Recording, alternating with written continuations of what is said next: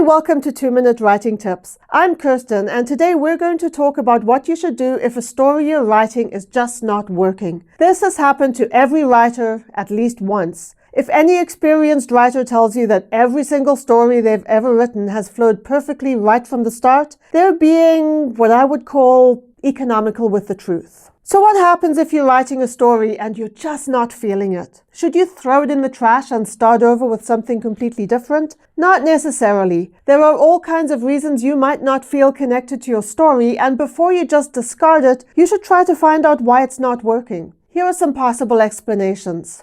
It's a good story whose time hasn't come. In other words, you may just need more time to develop the idea. Sometimes a concept occurs to us and we try to write the story prematurely. And all we need to do is take some time to flesh out the idea, develop the characters, and so on. The story just needs time to ripen. The story you're writing doesn't match the characters you developed. Sometimes we'll develop a character only to discover that they no longer fit the plot we had in mind. But we feel a certain commitment to the plot, so we soldier on, but it just doesn't work. You may be able to adjust your characters, but I find it easier to adjust the plot. You are not the right person to tell the story. This happened to me some years ago when I got an idea for a story about an impoverished black girl growing up in post-apartheid South Africa. I will never be able to tell a story like that, and frankly, it's wrong for me to try. There are black writers who have the voice and the talent and the will to tell their own stories, and people like me shouldn't be trying to do it for them. And finally, it's just not a good day for you to tell a story. It happens. Sometimes our creative juices just don't flow the way we want them to, and all we need to do is set the story aside and try again tomorrow. If you absolutely have to get a story out today, try a simpler concept or write a story based on your own experiences. That's it for today. I'll see you tomorrow.